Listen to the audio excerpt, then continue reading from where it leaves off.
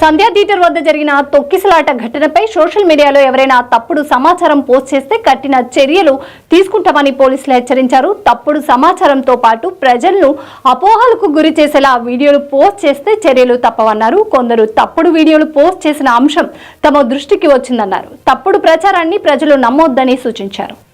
ఇక ఇదే అంశంపై పూర్తి డీటెయిల్స్ మా ప్రతినిధి కృష్ణ అందిస్తారు. సంధ్యా థియేటర్ తొక్కిసలాట ఘటనపై పోలీసుల విచారణ ముమ్మరంగా కొనసాగుతుంది. ఇక ఈ ఘటనకు సంబంధించి ఏదైనా తప్పుడు సమాచారం కానీ ఫేక్ పోస్టులు సోషల్ మీడియాలో పెడితే కఠిన చర్యలు తీసుకుంటామంటూ కూడా పోలీసులు వార్నింగ్ ఇచ్చారు. ప్రస్తుతం కేసు విచారణ దశలో ఉందని, ఈ సమయంలో ఎటువంటి ఫేక్ సమాచారం సర్క్యులేట్ చేయదంటూ కూడా పోలీసులు స్పష్టం చేశారు. ఇక అల్లు అర్జున్ రాకముందుకే థియేటర్లో తొక్కిసలాట జరిగినట్లుగా కొన్ని వీడియోలు సోషల్ మీడియాలో ప్రచారం అవుతున్నాయని, అయితే దీనికి సంబంధించి ఉద్దేశపూర్వకంగానే ఈ పోస్టులు పెడుతున్నారని, ఇటువంటివి పోస్ట్ చేస్తే కఠిన చర్యలు తీసుకుంటామంటూ కూడా పోలీసులు చెప్పారు. ఒక ప్రకటన కూడా దీనికి సంబంధించి విడుదల చేశారు. అదేవిధంగా పోలీస్ శాఖను బద్నాం చేసే విధంగా పోస్టులు పెట్టే వారిపై కఠిన చర్యలు తీసుకుంటామంటూ కూడా ఆ ప్రకటనలో పోలీసులు హెచ్చరించారు. ఇక మరోవైపు చూసుకుంటే నిన్న అల్లు అర్జున్ని ఈ ఘటనకు సంబంధించి 3.5 గంటల పాటు పోలీసులు విచారించారు.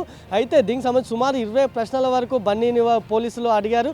అయితే రేవతి చనిపోయిన విషయం థియేటర్లో తనకు తెలియదని అల్లు అర్జున్ మరోసారి కూడా పోలీసుల ఎదుట చెప్పారు. అయితే ఘటన తన ఉద్దేశపూర్వకంగా జరగలేదని కూడా తనకు లోపలికి పోలీసులు ఎవరు వచ్చి తనకు ఈ ఘటనకు సంబంధించి ఎటువంటి సమాచారం చెప్పలేదని కూడా ఆయన పోలీసుల ముందు చెప్పారు. ఇక దీనికి సంబంధించి పోలీసులకు ఎటువంటి విచారణకు పిలిచినా సహకరిస్తానని, తన చట్ట ప్రకారమే నడుచుకుంటానంటూ కూడా అల్లు అర్జున్ నిన్న స్పష్టం చేశారు. ఇక ఇవాళ ఈ ఫేక్ ప్రచారానికి సంబంధించి పోలీసులు కఠిన ఆంక్షలు అమలు చేస్తున్నారు. ప్రస్తుతం ఇటువంటి ఫేక్ ప్రచారం ఎవరు చేసినా ఊరికినేది లేదని కూడా పోలీసులు స్పష్టం చేశారు. ఇక మరోవైపు ప్రస్తుతం రేవతి ఆ తొక్కిసలాట ఘటనలో చనిపోయిన మహిళ రేవతి కొడుకు కిమ్స్ ఆసుపత్రిలో ప్రస్తుతం కోలుకుంటున్నాడు.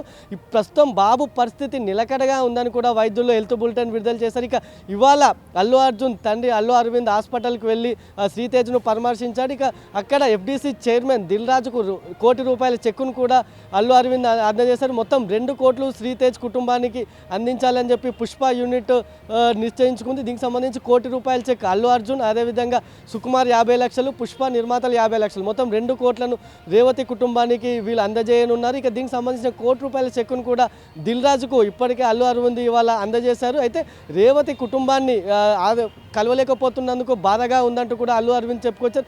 అటు అల్లు అర్జున్ కూడా బాబును కలవలేకపోవడం బాధగా ఉందని, త్వరలోనే శ్రీతేజ్ను కలుస్తానంటూ కూడా ఆయన చెప్పారు. ఇక ఏది ఏమైనా ఈ కేసులో అటు పోలీసులు మాత్రం గట్టి పట్టుదలగా ఈ చట్ట ప్రకారమే ముందుకు వెళ్ళేలా పక్క ఆధారాలను కూడా సేకరించే పనిలో ఉన్నారు. దీనికి సంబంధించి ఎవరైనా ఫేక్ ప్రచారం కానీ సోషల్ మీడియాలో ఫేక్ పోస్టులు కానీ పెడితే కఠిన చర్యలు అమలు చేస్తామంటూ కూడా పోలీసులు స్పష్టం చేశారు.